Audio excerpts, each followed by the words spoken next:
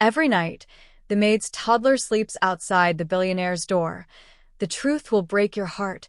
Marcus Ashford had built his empire on patterns, recognizing them, exploiting them, turning them into profit. At 32, he'd made his first billion before most of his Harvard classmates had paid off their student loans. Numbers, algorithms, market trends, these were languages he spoke fluently. But the pattern unfolding outside his office door each night defied all logical explanation. It started 3 weeks after Elena Morales joined his household staff. She was 28, quiet, efficient, with dark hair always pulled back in a neat bun and eyes that seemed to carry stories she'd never tell. She'd come with impeccable references, though Marcus barely glanced at them. Mrs. Chun, his head housekeeper, handled all domestic arrangements. He rarely noticed the people who kept his sprawling Connecticut estate running smoothly. What he couldn't help but notice was the child. Little Sophia, not yet 3 years old, with her mother's dark curls and impossibly long eyelashes, had developed a peculiar habit. Every evening, around 9 o'clock, she would toddle down the long corridor of the East Wing, trailing her worn stuffed rabbit, and settle herself against the heavy oak door of Marcus's office. There, curled up on the Persian runner, she would fall asleep. The first time it happened, Marcus had been on a video call with his Tokyo investors when Mrs. Chin knocked urgently. "Mr. Ashford, I'm so sorry. Elena's daughter has wandered off again. She's outside your door. I'll move her immediately." Marcus had ended his call and opened the door to find the tiny figure, thumb in mouth, breathing deeply in sleep. Something about the sight had stopped him cold. She looked so small, so vulnerable, positioned there like a little sentinel. "It's fine," he'd told Mrs. Chen, surprising them both. "Let her sleep. Just put a blanket over her." But it wasn't fine because it kept happening.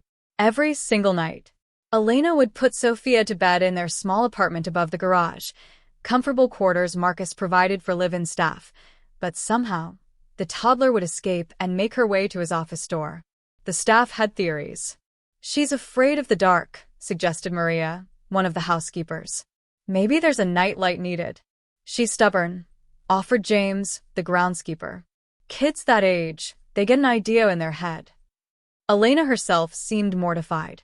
She apologized constantly, her cheeks flushing with embarrassment whenever the subject arose. "I don't understand it, Mr. Ashford.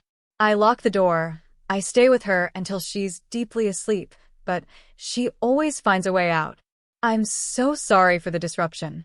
It won't happen again." But it did happen again. Every night, like clockwork. Marcus found himself adjusting his work schedule around it. He'd leave his office door slightly ajar now, checking periodically to see if his small visitor had arrived. He'd installed a small camera in the hallway, not to catch her, but to understand. What he saw puzzled him even more. Sophia would wake in her bed, climb down carefully, and toddle through the dark house with surprising confidence for someone so young. She never cried, never seemed frightened. She moved with purpose, as if answering a summons only she could hear. And when she reached his door, she would press her small hand against it, whisper something he couldn't make out on the silent security footage, and then settle down to sleep, her rabbit clutched tight.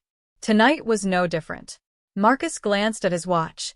8:47 p.m. He'd started expecting her, anticipating the soft padding of small feet, the gentle thump as she sat down, the rustle of her pajamas as she arranged herself for sleep. Right on schedule, he heard it. The quiet approach, the settling. He should have been annoyed. He was running a multi-billion-dollar empire from this office. He had calls with Singapore in an hour. Important documents covered his desk. But instead of irritation, he felt something else, something uncomfortably close to curiosity, tinged with an emotion he hadn't let himself feel in years. Marcus stood and walked to the door, opening it quietly. Sophia was already arranged in her usual spot, her small body curled protectively around her rabbit. Her dark lashes rested against rounded cheeks. She wore pink pajamas with little stars on them, and someone, Elena, undoubtedly, had tied her hair into 2 small pigtails that stuck up like antennae. She looked peaceful, content. as if this cold hallway floor outside a stranger's office was exactly where she needed to be. "Why?" Marcus whispered to the sleeping child. "Why here?"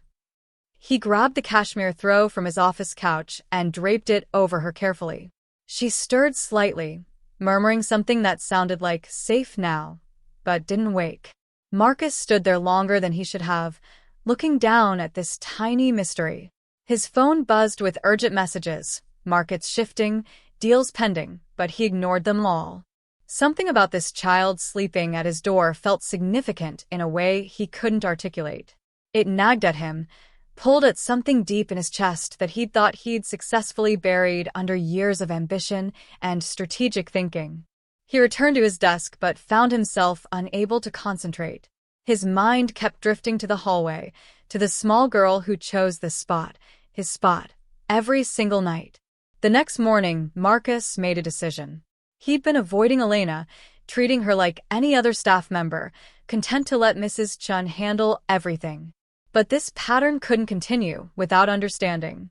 He needed answers, and he needed them from the only person who might have them. He found Elena in the conservatory, watering the orchids with careful precision. Early morning light streamed through the glass walls, turning her into a silhouette. She turned as he approached, and he saw the immediate tension in her shoulders. "Mr. Ashford, is something wrong? Did Sophia disturb you again last night?" "I'm so sorry. I've tried everything." "Stop apologizing," Marcus interrupted, more gently than he intended. "I'm not here to reprimand you. I want to understand." Elena set down the watering can, her hands fidgeting with her apron. "I don't understand it myself, sir." "Tell me about her," Marcus said. "Tell me about Sophia." And in Elena's hesitation, in the way her eyes suddenly glistened with unshed tears, Marcus realized this mystery went far deeper than a toddler's odd sleeping habits. There was a story here, one that might explain everything or change everything. He just didn't know yet how much it would change him. Elena's hands trembled slightly as she gripped the edge of the marble planter. Marcus had never really looked at her before, not truly, but now he noticed the fine lines of exhaustion around her eyes, the way she held herself with careful dignity despite the obvious strain. "Sophia is special," Elena began, her voice barely above a whisper. "But I suppose every mother thinks that about her child." "Sit down," Marcus said, gesturing to the wrought iron bench nearby. When Elena hesitated, he added, "Please. I'm not asking as your employer. I'm asking as someone who needs to understand." Elena sat, perching on the edge of the bench like a bird ready to take flight. Marcus took the seat across from her, waiting. "Sophia's father died 2 years ago," Elena said finally. "She was only 3 months old. She never knew him, but somehow." She paused, swallowing hard. "Sometimes I think she understands what we lost more than anyone."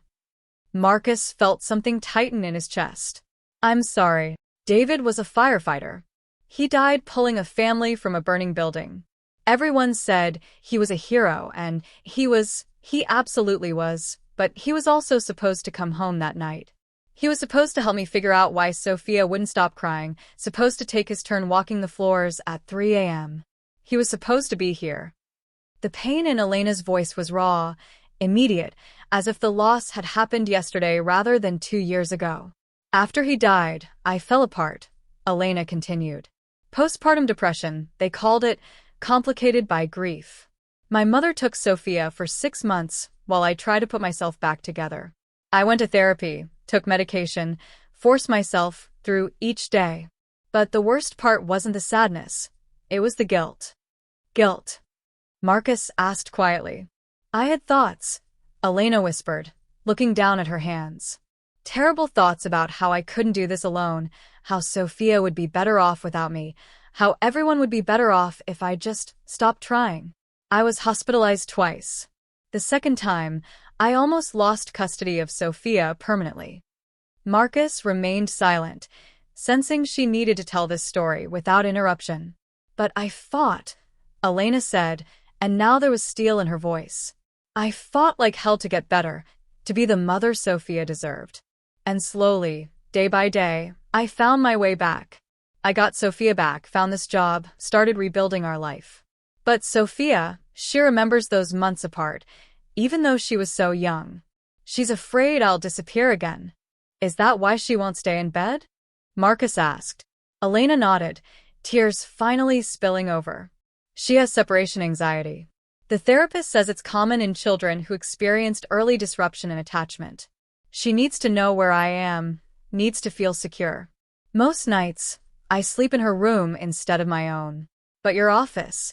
Elena looked up at Marcus, confusion and embarrassment mixing in her expression. I don't understand why your office. I've tried everything.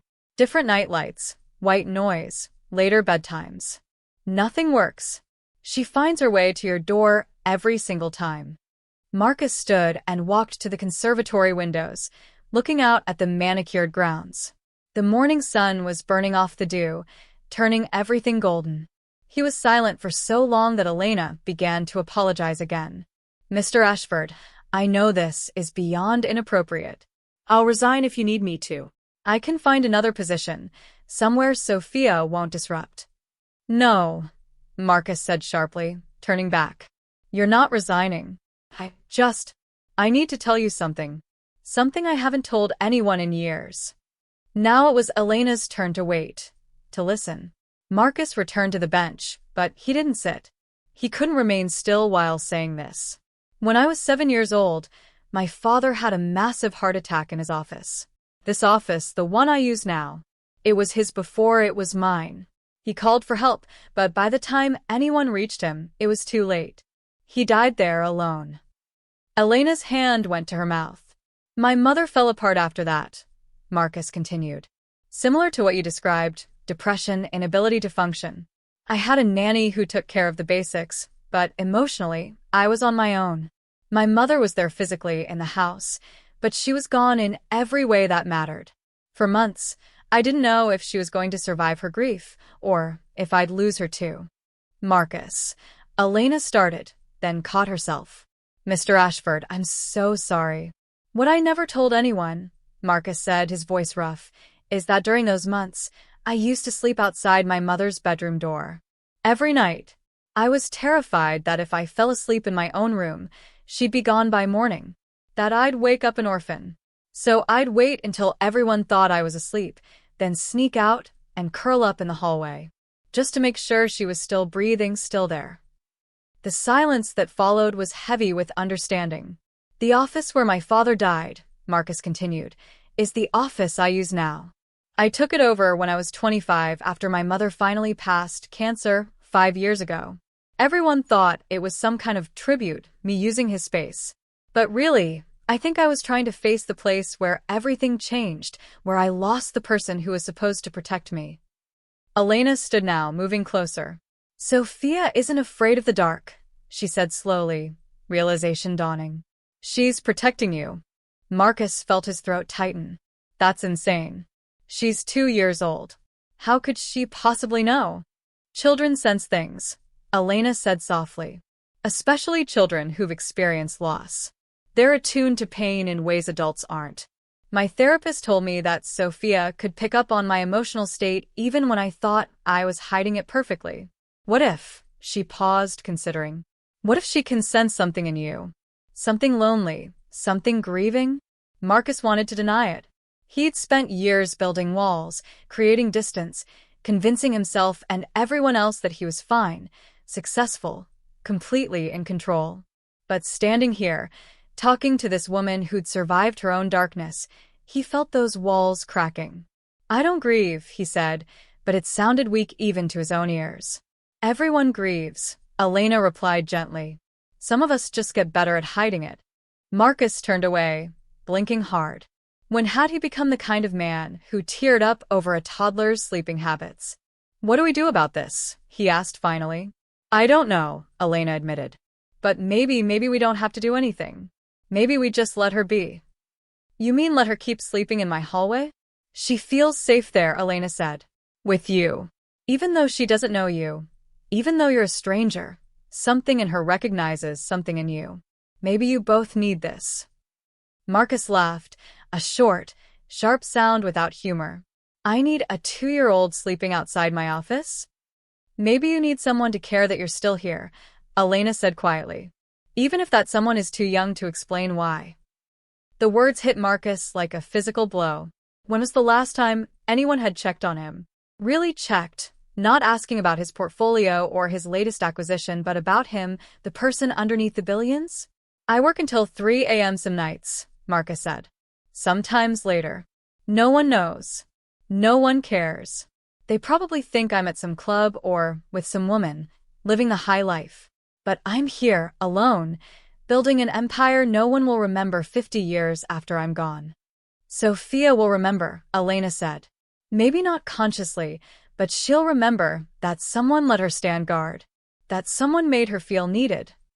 Marcus looked at Elena, really looked at her, and saw someone who understood survival, who knew what it meant to fight through darkness and come out the other side. She wasn't just his maid. She was a warrior in her own right. Tell me about David, Marcus said suddenly. Tell me what kind of man makes someone love him enough that 2 years later, the grief is still this fresh. And there, in the morning light of the conservatory, surrounded by blooming orchids and the quiet comfort of shared pain, Elena began to tell him about the man who'd left for work on an ordinary Tuesday and never came home. About the life they'd planned, the dreams they'd held, the love that death couldn't quite extinguish. Marcus listened to every word, understanding for the first time in years that his isolation wasn't strength, it was just another kind of grief. Over the following days, something fundamental shifted in the Ashford estate. The change was subtle at first, like the barely perceptible lengthening of days as winter yields to spring, but it was unmistakable to those paying attention. Marcus found himself leaving his office door open every evening at 8:45, anticipating Sophia's arrival. He'd started keeping a proper pillow and blanket in the hallway. For practical purposes, he'd told Mrs. Chen, who had simply smiled and said nothing. But it was more than that, and he knew it. The first night, he actually spoke to Sophia before she fell asleep. He surprised himself. She'd arrived as usual, trailing her rabbit, and was settling into position when Marcus opened the door and crouched down to her level. "Hey there, little guardian," he said softly. Sophia looked up at him with those enormous dark eyes, so much like her mother's. She didn't seem startled to find him there. Instead, she smiled, a small, knowing smile that seemed impossibly wise for someone so young. "Keep safe," she said clearly, her toddler voice serious. Then she placed her small hand on his knee, patted it twice, and curled up with her rabbit. Marcus had to step back into his office and close the door before the emotion overwhelmed him. She was protecting him. This tiny child who'd lost her father, who'd been separated from her mother during the most formative months of her life, who had every reason to be absorbed in her own fears, she was protecting him. He worked differently that night. Knowing Sophia was just outside made the office feel less like a mausoleum and more like, what? He wasn't sure. But the weight that usually pressed on his chest during these late-night hours felt lighter somehow. Around midnight, he heard a soft knock. Elena stood in the hallway, wrapped in a cardigan, her hair loose around her shoulders. Marcus realized he'd never seen her with her hair down before. "I'm sorry to disturb you," she whispered. "I just wanted to check on Sophia." "She's fine," Marcus said, stepping aside so Elena could see. Sophia was fast asleep, peaceful and secure. "Thank you for the pillow," Elena said, touching the cushion gently. "You didn't have to do that." "Yes, I did," Marcus replied. Then, before he could second-guess himself, he added, "Would you like some coffee? I just made a fresh pot." Elena hesitated, clearly aware of the boundaries they'd be crossing. But then she nodded. "Yes. That would be nice." They sat in his office, Marcus behind his massive desk and Elena in one of the leather chairs across from him. It should have felt awkward, the billionaire and his maid drinking coffee at midnight, but somehow it didn't. "Tell me something," Marcus said. "How did you end up here? Connecticut is a long way from—" He realized he didn't even know where Elena was from. "Chicago," Elena supplied. "I grew up there, met David there, had Sophia there. After David died, I tried to stay. All our memories were there, our friends, our life. But everywhere I looked, I saw him. The firehouse where he worked, the park where we got engaged, the apartment where we were supposed to raise our daughter together. It was killing me, staying there. So you ran, Marcus said, understanding completely. I ran, Elena agreed. As far as I could while still staying in a place that felt safe for Sophia. Mrs. Chun is my mother's cousin, distant family, but family nonetheless. When I told her I needed a fresh start, she told me you were looking for additional household staff. The job came with housing, benefits, stability. Everything Sophia needed. What about what you needed? Marcus asked. Elena looked startled by the question. I'm her mother. What she needs is what I need. That's not true, Marcus said gently.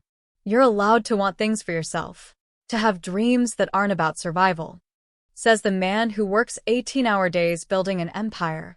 Elena countered, but there was no sting in her words, just observation. Marcus laughed, a real laugh, the kind he couldn't remember producing in months. Fair point. I guess we're both pretty good at using work to avoid dealing with things. What are you avoiding? Elena asked, then immediately looked mortified. I'm sorry, that's not my place to ask. No, it's okay, Marcus said, surprising himself again. When had he become this person, someone who shared things, who opened up? I'm avoiding the fact that I built exactly the life my father would have wanted for me, and I'm absolutely miserable. The confession hung in the air between them. He was a good man, my father, Marcus continued. Brilliant, driven, successful. But he died at 47, chained to a desk, having sacrificed every relationship, every moment of joy, for the sake of building something lasting. And here I am, following the exact same path, knowing exactly where it leads. You're 32, Elena said. You have time to choose a different path. Do I? Marcus asked. I have shareholders, board members, thousands of employees depending on the decisions I make. I can't just walk away. I'm not suggesting you walk away, Elena said. But maybe you could walk toward something, instead of just running from grief. Her words struck him with the force of truth. How long had he been running? 15 years? 20? Since his mother checked out emotionally, leaving him to figure out life alone? David used to say something. Elena offered quietly. He'd say that the bravest thing a person can do is choose to be fully alive, even when they know how much it can hurt to lose everything. He said that love, real love, was always worth the risk. He was right, Marcus said. But he also died, leaving you alone with a newborn.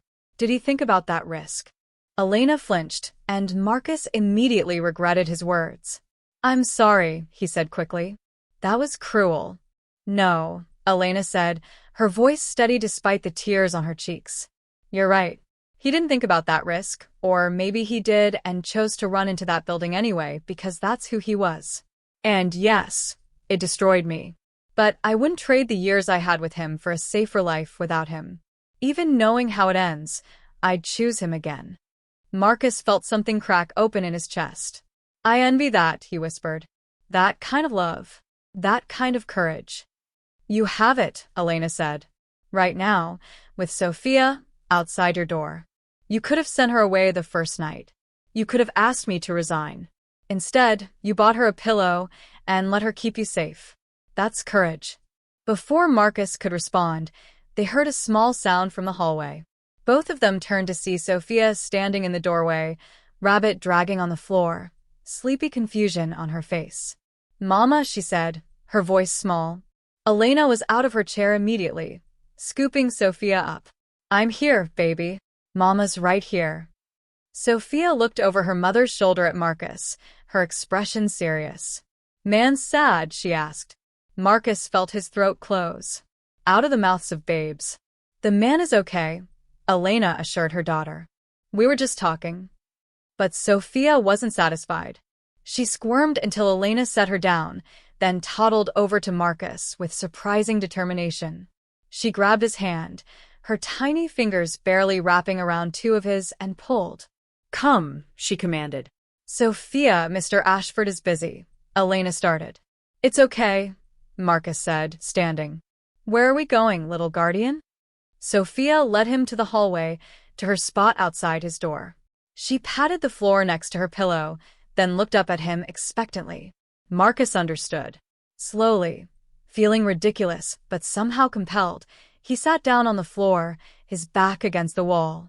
Sophia immediately settled in next to him, her small body warm against his side. She thrust her rabbit into his lap.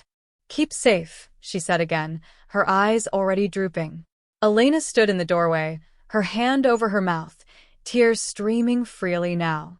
Marcus looked down at the child already falling asleep against him, at the stuffed rabbit in his lap, at the woman in the doorway who'd survived grief that would have broken most people. And for the first time in years, maybe in his entire adult life, he felt something other than empty. He felt needed. Not for his money or his business acumen or his connections, but for himself. This child trusted him to stay, to be present, to keep her safe while she kept him safe. "I think," Marcus said quietly to Elena, "I've been going about this all wrong. Everything. All of it." Elena wiped her eyes and smiled. "Welcome to the club. Population. Everyone who's ever lived." Sophia murmured in her sleep, burrowing closer to Marcus. He carefully adjusted her position so she'd be more comfortable, then looked up at Elena. "Stay," he said. "Please. Let's just sit here for a while." So Elena sat and they talked, really talked, about loss and survival, about David and Marcus's parents, about the weight of grief and the surprising lightness that could come from sharing it. They talked until Sophia woke briefly, was carried back to bed by her mother, and Marcus found himself alone in the hallway at 3 a.m, holding a stuffed rabbit and feeling more human than he had in years. The next morning, Marcus made a phone call that shocked his entire executive team. He was taking a sabbatical. 3 months, effective immediately. His second-in-command could handle operations, and he'd remain available for emergencies, but otherwise, he was stepping back. "I need to learn how to live," he told his bewildered CFO. "Before I forget how entirely." It was terrifying and exhilarating and possibly the best decision he'd ever made. And it all started with a toddler sleeping outside his door. Marcus's first day of freedom felt nothing like freedom. He woke at his usual 5 a.m., reached for his phone to check international markets, and had to physically stop himself. No work. That was the point. But if he wasn't working, who was he? The question terrified him more than any hostile takeover or market crash ever had. He wandered down to the kitchen at 6, expecting to be alone, but found Elena already there, making Sophia's breakfast. The little girl sat in a high chair, smashing banana slices with focused concentration. "You're up early," Elena said, looking surprised. "I thought you'd sleep in now that you're on sabbatical." "Can't sleep in," Marcus admitted. "My body doesn't know how." Sophia looked up at him and grinned, banana mashed across her face. "Hi," she announced cheerfully. "Good morning, Guardian," Marcus replied, and was rewarded with a delighted giggle. "Coffee," Elena offered, already reaching for a mug. "Please." Marcus sat at the kitchen island, feeling oddly out of place in his own home. When was the last time he'd had breakfast in this kitchen? He usually grabbed something at his desk or skipped the meal entirely. Elena poured him coffee, black, 2 sugars the way he took it, and he realized she'd been paying attention. How long had she known his coffee preference? How many other small details had she noticed while he remained oblivious to her existence beyond the general category of staff? What do people do when they're not working? Marcus asked suddenly. Elena laughed, a sound he was beginning to appreciate. "Are you serious?" "Completely. I've been working 80-hour weeks since college. Before that, I was in school full-time. I literally don't know what people do with free time." "Well," Elena said, wiping banana off Sophia's face, "today Sophia and I are going to the Children's Museum. There's a new butterfly exhibit. You could come with us." Marcus opened his mouth to decline automatically, then stopped. Why not? What else did he have to do? "Okay," he said. Elena's eyes widened. "Really? Really? Unless you'd prefer I didn't intrude on your day off." "It's not intruding," Elena said quickly. "Sophia would love it. She's been talking about butterflies all week." "Butterfly?" Sophia confirmed enthusiastically. flapping her arms like wings. 2 hours later, Marcus found himself in a car he didn't recognize, Elena's ancient Honda, not one of his luxury vehicles, heading to a children's museum he'd driven past 1,000 times without noticing. Sophia sat in her car seat behind him, singing a mostly incomprehensible song about insects. "I feel like I've entered an alternate universe," Marcus said. "Welcome to normal life," Elena replied. "It's weird at first, but you get used to it." The museum was chaos, children running everywhere, bright colors assaulting the eyes, noise at levels that should have been illegal. Marcus's first instinct was to leave immediately. But then Sophia grabbed his hand, her small fingers gripping tight, and pulled him toward the butterfly exhibit. "Come see," she demanded. The butterfly room was surprisingly peaceful, a humid, enclosed garden filled with tropical plants and hundreds of butterflies in every color imaginable. Sophia was enchanted, her eyes huge as a massive blue morpho landed on Elena's shoulder. "Mama, pretty," Sophia whispered, reverent. Marcus watched Elena and Sophia together, saw the love and tenderness in every gesture, and felt something shift in his chest. This was what he'd been missing. Not just love. He could have found that, probably, if he'd tried, but this unself-conscious joy, this ability to be fully present in a moment without calculating its ROI or strategic value. A small orange butterfly landed on his hand. Sophia gasped. "Look, Mama. Man has butterfly." "I see, baby," Elena said, smiling at Marcus. "That's a gulf for Larry. They're attracted to gentle people." "Then this one made a mistake," Marcus said, but he smiled as he said it. "I don't think so," Elena replied softly. They spent 3 hours at the museum. Marcus pushed Sophia on the swings in the outdoor play area. He helped her build a block tower that reached her waist before it toppled. He read her a book about caterpillars, doing funny voices that made her laugh until she hiccuped. And somewhere in the middle of it all, he realized he was happy. Not satisfied or accomplished or successful, just happy. Simple, uncomplicated happiness of a kind he couldn't remember experiencing since childhood. On the drive home, Sophia fell asleep, her stuffed rabbit clutched tight. Elena glanced at her daughter in the rearview mirror, her expression tender. "Thank you for coming with us," she said. Sophia had a wonderful time. "I had a wonderful time," Marcus replied. "Is that pathetic? A billionaire's perfect day involves a children's museum?" "It's not pathetic," Elena said. "It's human. Maybe you've just spent so long being a billionaire that you forgot how to be human." "Ouch," Marcus said, but he knew she was right. "Can I ask you something?" Elena said, her tone suddenly serious. "Anything." "What are you hoping to get from this sabbatical? What's the goal?" Marcus was quiet for a moment, considering. "I guess I want to figure out if there's a version of me that can exist without the work. Without the constant need to prove I'm worth something." "Worth something to whom?" Elena asked. "To? I don't know. My father? Myself? The world." Marcus shook his head. "When my father died, my mother told me that I needed to be strong, that I needed to carry on his legacy. I was 7 years old. I took it seriously, maybe too seriously. I built everything he would have wanted, did everything he would have been proud of. But he's not here to see it, and I'm not sure I'm proud of it." "So, do something he wouldn't have wanted," Elena suggested. "Do something just for you." "I don't know what that would be," Marcus admitted. "Then, maybe that's what you need to figure out." Over the following weeks, Marcus began a strange new education. He learned that Sophia's favorite book was The Very Hungry Caterpillar, and that she insisted it be read exactly the same way every time, with specific voices for each character. He learned that Elena sang when she cooked, mostly old Spanish songs her mother had taught her. He learned that Mrs. Chun made the world's best chocolate chip cookies and would share her recipe if asked nicely. He started joining Elena and Sophia for dinner several nights a week. At first, he'd felt intrusive, like he was imposing on their private time. But Sophia had started expecting him, saving a seat at their small table in the staff quarters, insisting, "Man, sit here. You know, she should probably learn your actual name," Elena said one evening after Sophia had gone to bed. "I like being man," Marcus replied. "It's refreshingly simple."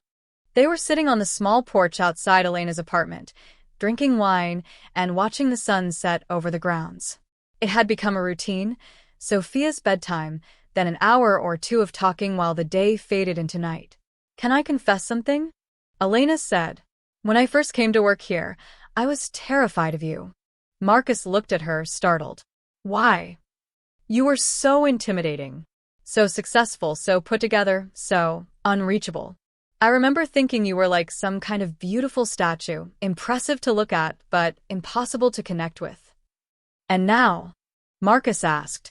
Elena smiled. "Now I know you're just a person. A complicated, grieving, surprisingly kind person who happens to have a lot of money." "I'm not kind," Marcus protested. "I've done ruthless things in business. I've made decisions that cost people their jobs, their livelihoods." "That doesn't mean you're not kind," Elena said. "It means you're complicated. Most people are if you look close enough." Marcus set down his wine glass and turned to face her. "Can I confess something? I haven't been this happy in years. Maybe ever. And it terrifies me because I don't know if it's real or if I'm just having some kind of early midlife crisis." "Why can't it be both?" Elena asked. "Maybe happiness always feels like a crisis when you're not used to it." "You're very wise for someone so young," Marcus said. Elena laughed. "I'm 28, not 12. And wisdom comes from suffering, unfortunately. I've had plenty of that." "I wish you hadn't," Marcus said softly. "I wish David hadn't died.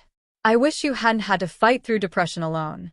I wish—" "Don't," Elena interrupted gently. "Don't wish away the past. It made me who I am. It gave me Sophia. If I could go back and save David, I would in a heartbeat. But I wouldn't trade my daughter for anything, and she exists because of our love and because of our loss. It's all tangled together." Marcus nodded, understanding. "Sometimes I wish I could go back and save my father. Or save my mother from her grief. But then I think about who I'd be if none of that had happened, and I'm not sure I'd like that version of me either." "Maybe," Elena said, "we just need to accept that we're made of broken pieces that have healed into new patterns. Not better or worse than the original design, just different." That night, as Marcus lay in bed, he thought about patterns. About Sophia's nightly ritual, about Elena's strength, about his own carefully constructed life that was finally starting to crack and let in light. His phone buzzed with a text from his CFO. "Board meeting next month. They'll expect you back soon." Marcus turned off his phone without responding. He wasn't ready to go back. He might never be ready to go back, at least not to the life he'd left. The next morning, he made another decision that shocked everyone. He was selling the company. The announcement sent shockwaves through the business world. Marcus Ashford, the boy wonder of Silicon Valley, the billionaire who'd built an empire by age 30, was selling everything and stepping back from public life.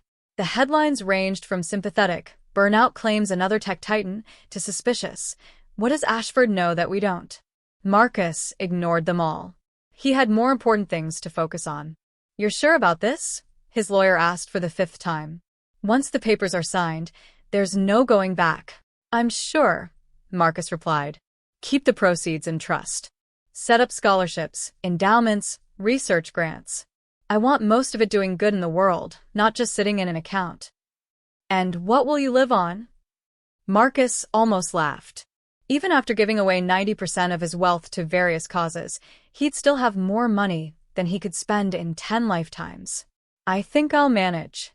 But the real transformation wasn't financial, it was personal. Marcus had spent so long building walls that he'd forgotten how to build anything else. Now he was learning. He learned to cook, fumbling through recipes with Elena patiently guiding him.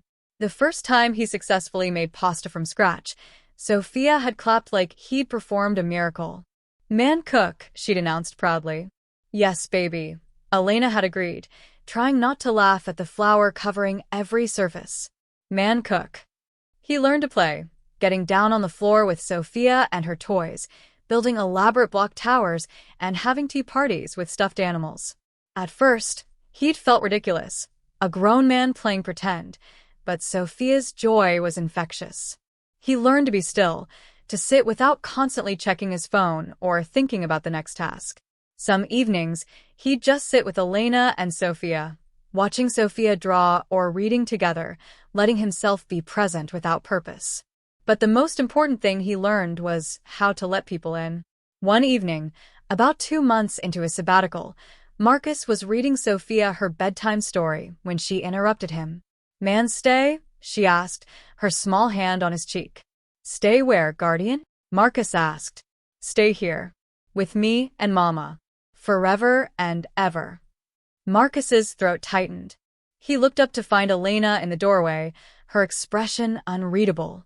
"Sophia, honey," Elena said gently. "Mr. Ashford has his own home. His own life." "But we love him," Sophia said simply, as if this explained everything. The words hung in the air. Elena's face flushed, and she looked away, clearly embarrassed by her daughter's declaration. "Sophia, that's not. You can't just," Elena stammered. "She's not wrong," Marcus said quietly. Elena's eyes snapped back to him. "What?" Marcus carefully set down the book and stood, moving toward Elena. His heart was pounding in a way it never had during any business negotiation. "I love you," he said. "Both of you. I know it's complicated and probably inappropriate given that you work for me, which, by the way, you don't anymore because I'm not really your employer now that I've sold the company. But even if the logistics are messy, the feeling isn't. It's the clearest thing I've felt in years." Elena's hand went to her mouth, tears welling in her eyes. "Marcus, you can't, You're not just anything," Marcus interrupted gently. "You're Elena. You're strong and kind and brave, and you survived things that would have broken most people. You're an incredible mother. You're someone who sees me, not my money or my success, but me. And I love you for that. I love you for 1,000 other reasons too, but that's the biggest one."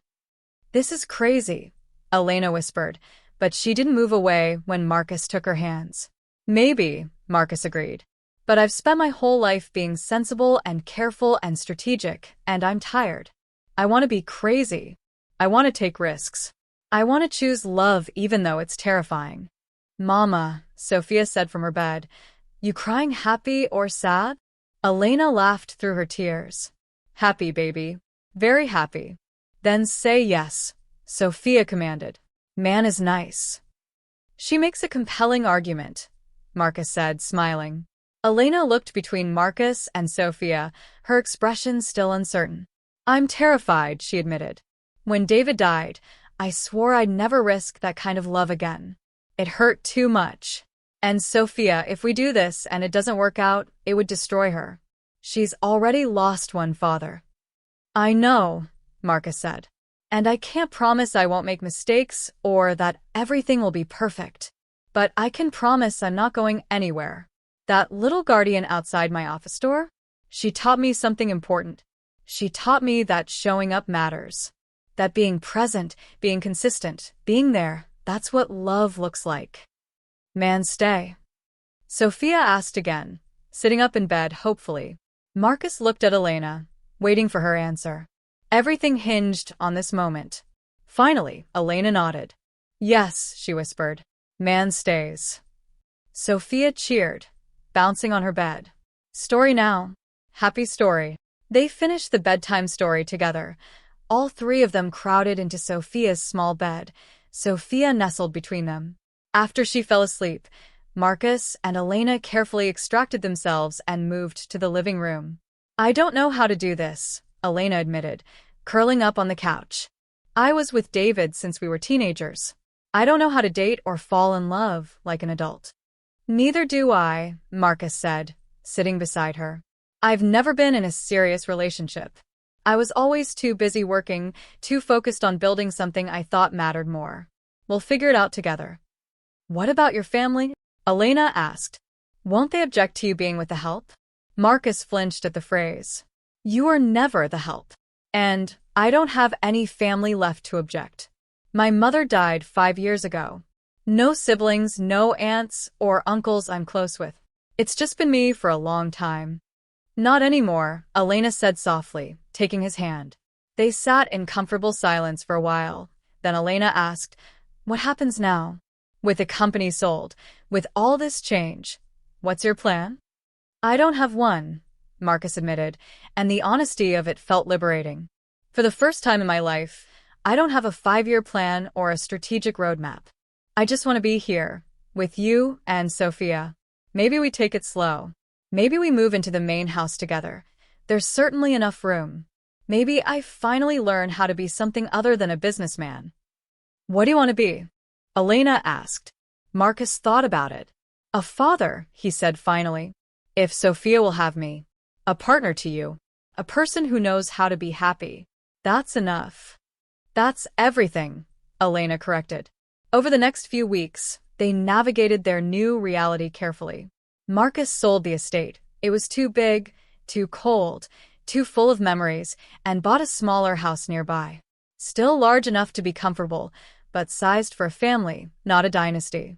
They told Mrs. Chen first. The housekeeper had simply smiled and said, "About time. I was wondering when you two would figure it out." "You knew?" Elena asked, shocked. "Dear, everyone knew except you two," Mrs. Chen replied. "The way he looked at you when he thought no one was watching? The way you'd light up when he entered a room? We've been running a betting pool on how long it would take."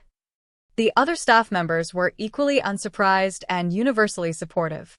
Marcus made sure everyone received generous severance packages as he closed the estate, with strong references and job placement assistance. Most found new positions quickly, several with recommendations that paid better than he had. James, the groundskeeper, pulled Marcus aside on his last day. "I worked for your father too, you know? Before his heart attack. He was a good man, but he was lonely. Successful, but lonely. I always hoped you wouldn't follow the same path. Glad to see you're choosing different." The comment stuck with Marcus. How many people had watched him repeat his father's mistakes? How many had seen him heading toward the same lonely end? But he wasn't heading there anymore. The path had changed, forking in a new direction the night a toddler decided to sleep outside his door. 6 months after selling the company, Marcus proposed. Not with a massive diamond or an elaborate production, but with a simple ring and a heartfelt question asked in Sophia's room as she slept peacefully nearby. "I want to be Sophia's father," Marcus said. "If that's okay with you. I want to officially adopt her after we're married. I want her to know she is someone who will always show up, always be there, always choose her. And I want to marry you because I love you, because you showed me how to be human again, because you and Sophia are my family now." Elena said yes through tears, and Sophia woke up to find them both crying. "Why sad?" she asked, concerned. "Not sad, guardian," Marcus assured her. "We're happy. Man is staying forever." Sophia considered this, then nodded solemnly. "Good. Man needs us." "Yes," Marcus agreed, pulling both Elena and Sophia into a hug. "Man definitely needs you." The wedding was small, intimate, just the family they'd created and the few friends who'd become part of their chosen circle. Mrs. Chen served as Elena's matron of honor, dabbing her eyes throughout the ceremony. Sophia was the flower girl, taking her job with utmost seriousness, though she'd insisted on carrying her stuffed rabbit down the aisle along with the basket of petals. Marcus had wanted to marry at the estate, in the gardens Elena loved so much. But the estate was sold, owned now by a tech entrepreneur who'd promised to maintain the grounds. Instead, they married in a small chapel, the same one where David and Elena had wed 8 years earlier. "Are you sure?" Marcus had asked when Elena suggested it. "I don't want you to feel like you're replacing him or forgetting him." "I'm not replacing him," Elena said firmly. "David will always be Sophia's father. He'll always be my first love, the person who made me believe love was possible. But he's gone, and I'm still here, and I'm choosing to love again. That doesn't diminish what we had, it honors it. He'd want Sophia to have a father who shows up, who's present. He'd want me to be happy." So they married in that chapel, with David's photo included in the ceremony, not as a ghost haunting their new beginning, but as a blessing on it.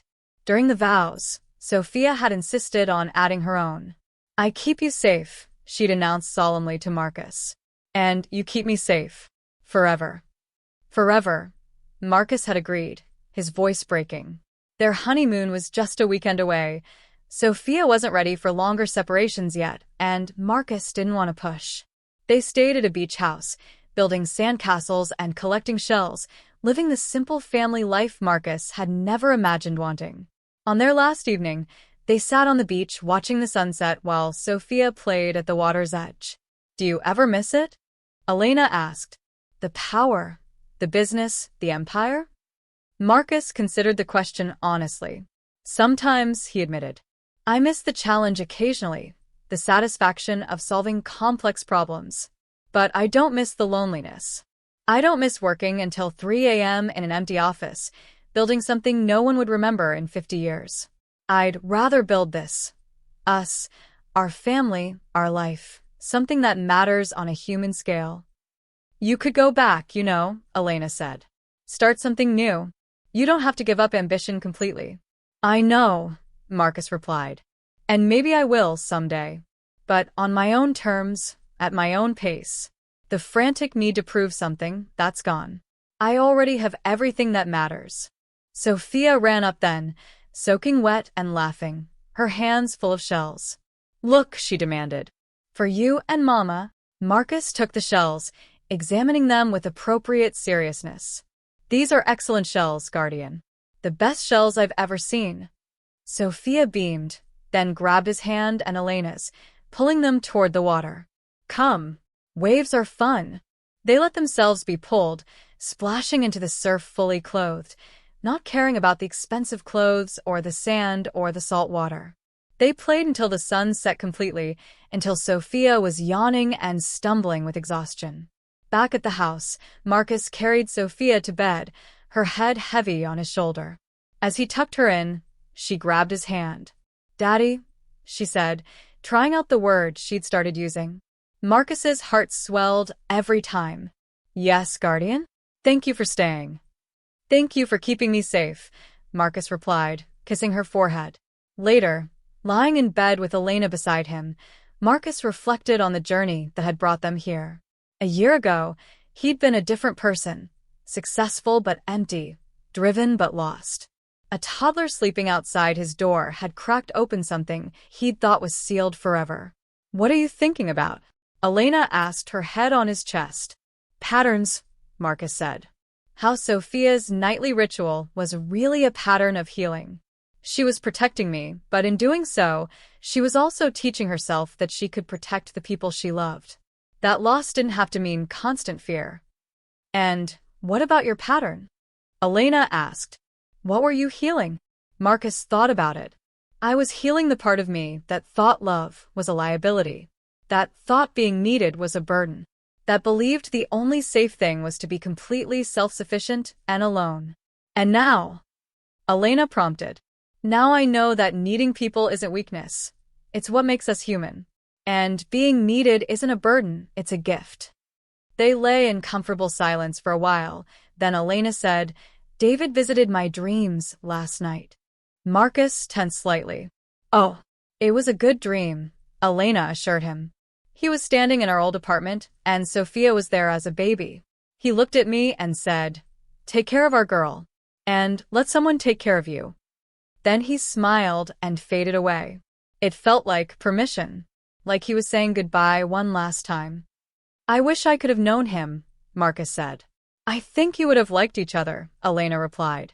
"You're both stubborn, both protective, both willing to run into burning buildings, literal or metaphorical, for the people you love." "I hope I live up to what he would have wanted for Sophia," Marcus said. "You do," Elena assured him. "Every day you do." The next morning, they packed up to head home to their new house, their new life, their new family. As Marcus loaded the car, he noticed Sophia arranging her stuffed animals in the back seat with careful precision. "What are you doing, Guardian?" he asked. "Making sure everyone's safe for the ride," Sophia explained seriously. "That's my job."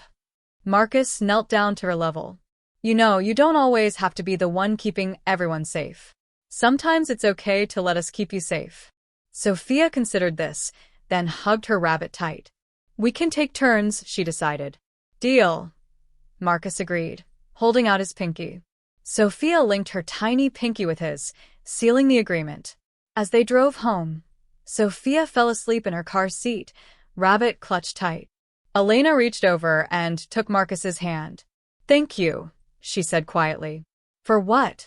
"For not running away when things got complicated. For letting a grieving widow and her anxious toddler into your life. For choosing us when you could have chosen so many easier paths." "There's no path easier than the one that leads to love," Marcus replied. "It took me 32 years to learn that, but I finally get it now." They drove in peaceful silence, the sun warm through the windows, the road stretching out ahead of them. Marcus thought about his father, about the office where he died alone, about the years Marcus had spent trying to honor that legacy through achievement and success.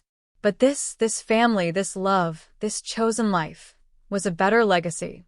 His father had died building an empire. Marcus was building something smaller, but infinitely more valuable, a home, a family, a life rich with connection and meaning. That night, after unpacking and settling back into their routines, Sophia appeared at the door to Marcus and Elena's bedroom carrying her pillow and Rabbit. "Sophia, honey, you have your own room now," Elena reminded her gently. "Remember? The pretty room with the butterfly wallpaper?" "I know," Sophia said. "But I want to keep Daddy safe tonight." Marcus felt his heart squeeze. Without hesitation, he patted the floor beside the bed. "Come on then, guardian. We'll keep each other safe." Sophia settled herself on the floor, arranged her pillow and Rabbit just so, and looked up at Marcus with satisfaction. "This is good," she announced. Elena started to object, but Marcus shook his head. "It's okay. She'll stop when she's ready. Until then, let her do what makes her feel secure." But Sophia surprised them both. After about 10 minutes, she sat up. "Actually," she said thoughtfully, "I'm ready for my butterfly room now. I know you're safe here." "Are you sure?" Marcus asked. Sophia nodded. "You have Mama to keep you safe now. And I have my room and my stuffed animals and my nightlight. We're all okay." Marcus carried her to her room, tucked her into her new bed, and sat with her until she fell asleep. When he returned to the bedroom, Elena was crying. "What's wrong?" Marcus asked, concerned. "Nothing's wrong," Elena said. "Everything's right. For the first time in so long, everything is right. Sophia's healing. I'm healing. We're a family. I never thought I'd have this again." Marcus held her, understanding the bittersweet joy of second chances. "We're the lucky ones," he said, "getting another shot at happiness." Months turned into years. Sophia grew from a toddler into a bright, confident child who no longer needed to sleep outside anyone's door. She still checked on Marcus sometimes, still asked, "You okay, Daddy?" with that serious expression that reminded him of the little guardian she'd once been. Marcus never went back to the corporate world, at least not in the way he'd left it. Instead, he started a foundation focused on supporting families dealing with grief and loss, children who'd lost parents, widows and widowers trying to rebuild, anyone navigating the darkness he and Elena had known so well. He worked reasonable hours now, was home for dinner every night, never missed a school event or bedtime story. The drive to prove himself had been replaced by a drive to be present, to show up, to matter in the small daily ways that actually counted. On Sophia's 5th birthday, they were setting up for her party when she suddenly asked, "Daddy, why did you let me sleep outside your door when I was little?" Marcus paused in hanging streamers. It was the first time she directly asked about those early days. "Because," Marcus said carefully, "you made me feel less alone. I didn't even know how lonely I was until you showed up and decided to keep me safe. You gave me a reason to care about someone other than myself." "Oh," Sophia said, processing this. Then she smiled. "I'm glad I did that." "Me too, guardian. Me too." That night, after the party, after the cake and presents and exhausted goodbyes, Marcus found himself alone in his office. The new office, bright and warm, nothing like the cold space where his father had died. He looked at the photos covering his desk, Elena laughing at the beach, Sophia on her first day of kindergarten, the three of them together at their wedding. This was success. Not the empire he'd built and sold, not the billions he'd made and given away, but this This family, this love, this life filled with ordinary, extraordinary moments. His phone buzzed with a text from Elena. Sophia wants you to read her extra story tonight. She says it's important. Marcus smiled and headed upstairs. As he passed the spot where Sophia used to sleep, now just empty hallway, no pillow or blanket, he paused. Thank you, he whispered to the ghost of that small guardian, to the toddler who'd saved him without knowing she needed saving too. Thank you for not giving up on me. Then he went to read his daughter a story, to kiss his wife goodnight, to live the beautiful, ordinary life that had turned out to be the greatest adventure of all. The pattern had broken, reformed into something new and beautiful. And they were all finally, truly safe. Epilogue. 10 years later. Sophia stood in the doorway of her father's office, now 15 years old and startlingly mature. Marcus looked up from his desk to find her watching him with that same serious expression she'd had as a toddler. You okay, kiddo? He asked. Do you remember when I used to sleep outside your office door? Sophia asked. Marcus set down his pen. Every night. Why? I've been thinking about it, Sophia said. For a school project on childhood memories. And I finally understand why I did it. Why? Marcus asked, genuinely curious. They'd never fully explained it, even to themselves. Sophia came and sat in the chair across from him. I lost my biological father before I could remember him. But somehow, I knew what loss felt like. And when I saw you, even as a tiny kid, I recognized it. You were lost too. So I stayed close, making sure you didn't disappear the way he had. Marcus felt his throat tighten. Sophia. But the weird thing is, Sophia continued, by keeping you safe, I was really keeping me safe. As long as you were there, as long as I could hear you working behind that door, I knew my family was okay. I'd found another dad, and this time, I could protect him. You saved me, Marcus said quietly. You know that, right? I was heading down a path that would have killed me eventually, maybe not physically, but in every way that mattered. You and your mom gave me a reason to choose life over just existence. Sophia smiled, her eyes bright with tears. We saved each other then. That's what family does, right? Right, Marcus agreed. Sophia stood to leave, then paused. By the way, I'm writing my college essay about it. About the pattern of protection and love, and how sometimes the people we save end up saving us right back. Hope that's okay. More than okay, Marcus said. I'm proud of you, guardian. Sophia laughed. I haven't been a guardian in years, Dad. You'll always be my guardian, Marcus replied. The one who stood watch when I didn't even know I needed protection.